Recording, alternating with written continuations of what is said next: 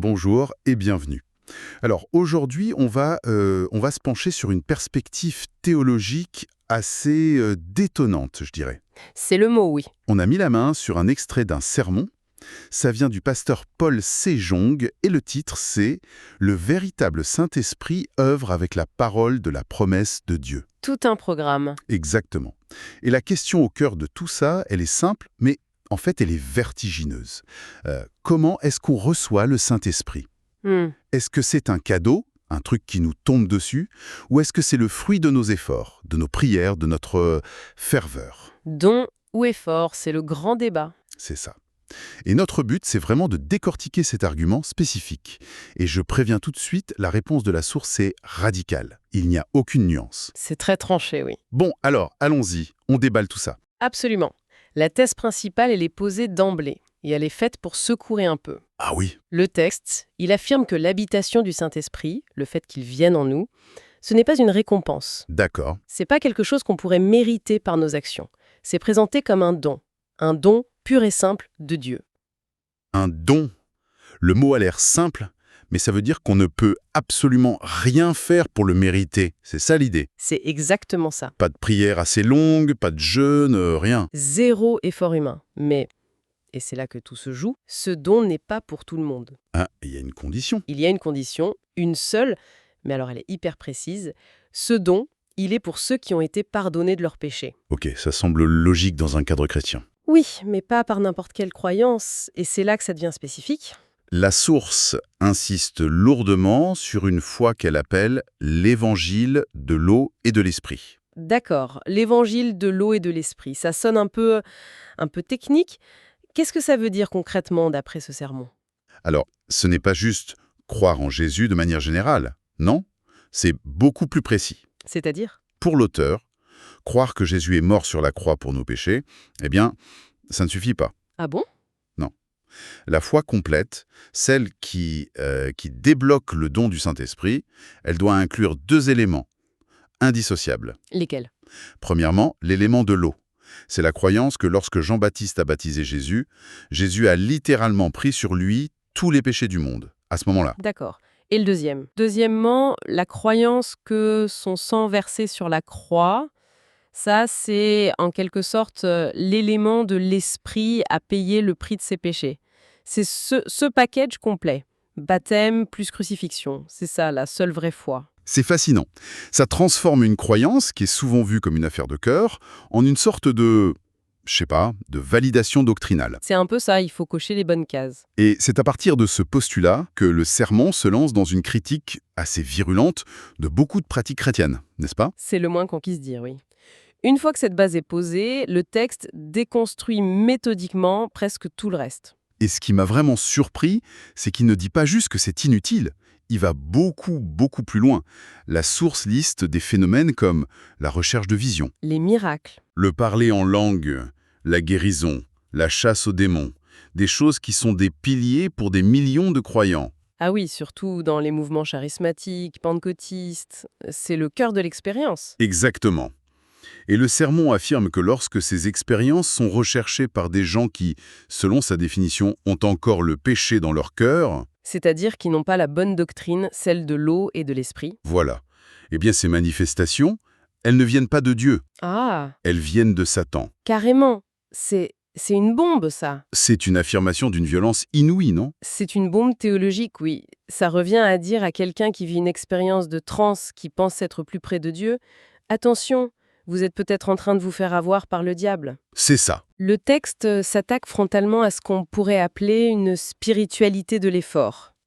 Ou de l'expérience. Toutes les prières répétées, le jeûne. Tout ça, c'est balayé, qualifié de tromperie. Mais alors, ça semble contre-intuitif. Pour beaucoup, la foi, c'est justement une expérience, une émotion, un ressenti. Pourquoi Dieu choisirait une voie aussi cérébrale ? L'argument de la source, c'est que le Saint-Esprit est une promesse, pas une récompense. Et pour illustrer ça, elle prend l'exemple des disciples, juste avant la Pentecôte.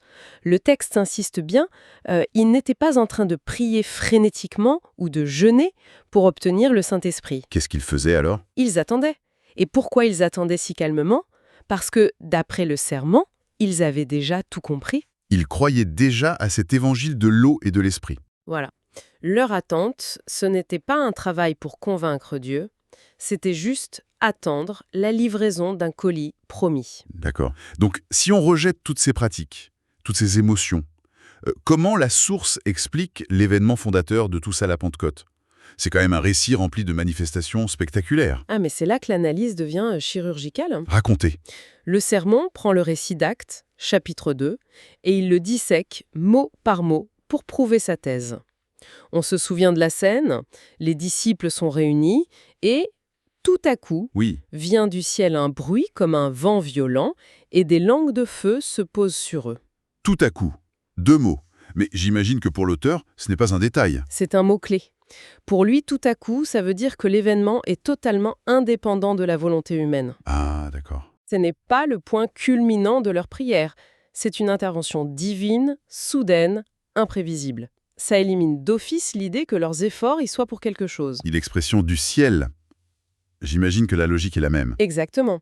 Si ça vient d'en haut, ça ne peut pas venir de nos efforts ici-bas. Le texte est formel là-dessus. À ce point. Oui, il dit que cette simple expression, du ciel, révèle que l'idée de recevoir le Saint-Esprit par la prière est une tromperie. C'est radical. Donc, l'origine est 100% divine, 0% humaine. Voilà. Et il y a ce détail sur le son lui-même, qui est assez incroyable.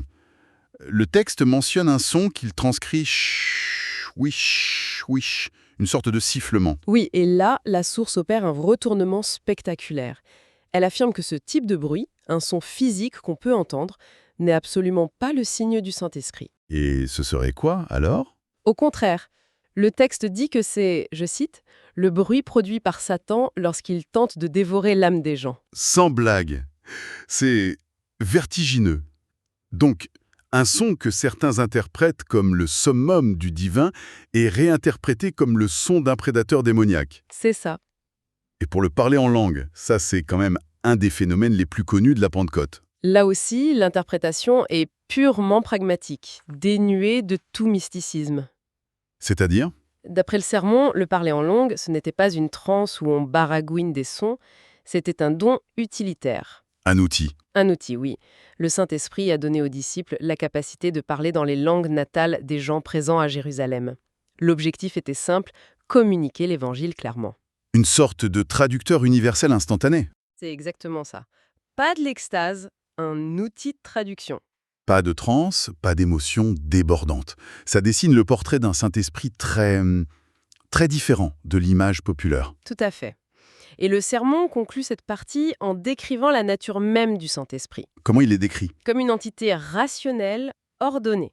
Presque comme un gentleman, l'auteur insiste, il n'agit pas de manière grossière envers les gens. D'accord. Du coup, tous les phénomènes physiques incontrôlés, tomber en transe, trembler, s'effondrer, tout ça est exclu de son champ d'action. Selon le texte, ça, ce sont les manifestations d'esprits mauvais qui créent le chaos. Bon, alors récapitulons. Si on suit cette logique, on a un Saint-Esprit qui n'est pas le fruit de nos efforts, qui ne se manifeste pas par des expériences intenses, et dont les signes classiques comme le parler en langue ou les bruits de vent sont, au mieux, mal interprétés, au pire, des pièges démoniaques. C'est le résumé. Alors, la question à 1 million. Comment on le reçoit au final? Quelle est l'unique porte d'entrée? La réponse du sermon est martelée, encore et encore. Il n'y a aucune ambiguïté. Et c'est La seule et unique condition, c'est de croire à l'évangile de l'eau et de l'esprit. Un point, c'est tout. juste la croyance. Le texte utilise le sermon de l'apôtre Pierre, juste après la Pentecôte, comme preuve ultime. Quand la foule demande « Que ferons-nous ?», il ne leur dit pas « Priez plus fort Il leur dit quoi? » il leur prêche la doctrine. C'est-à-dire qu'il leur explique l'importance du baptême de Jésus par Jean. Précisément. Selon l'interprétation de notre source, le cœur du message de Pierre, c'est expliquer pourquoi Jésus devait être baptisé pour prendre les péchés et pourquoi il fallait croire en cet acte spécifique. Donc c'est la connaissance, l'adhésion intellectuelle qui ouvre la porte. Exactement.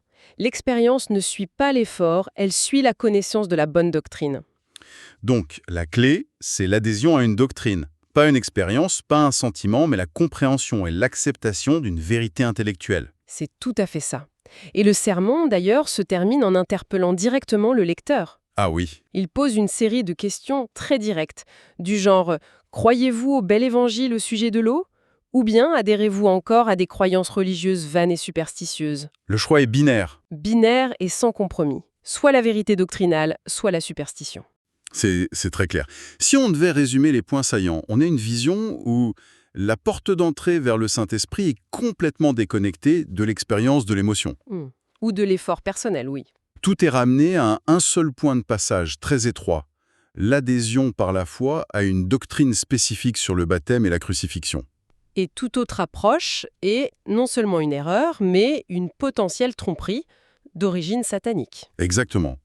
Et ça nous laisse avec une pensée finale, je trouve, qui va bien au-delà de ce sermon. Ah oui. Cette source, elle oppose de manière frontale, presque brutale, la foi en une doctrine d'un côté et l'effort ou l'expérience de l'autre. C'est vrai.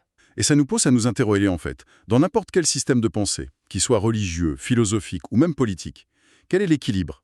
L'équilibre entre quoi et quoi, tu dirais? Entre l'importance qu'on donne à l'effort personnel, à la quête, à la discipline, et de l'autre, l'importance qu'on accorde à l'adhésion à un corpus de vérité, à un credo.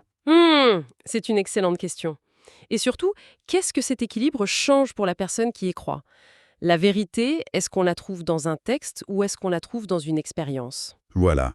Ce sermon, lui, il a choisi son camp. Et de manière radicale.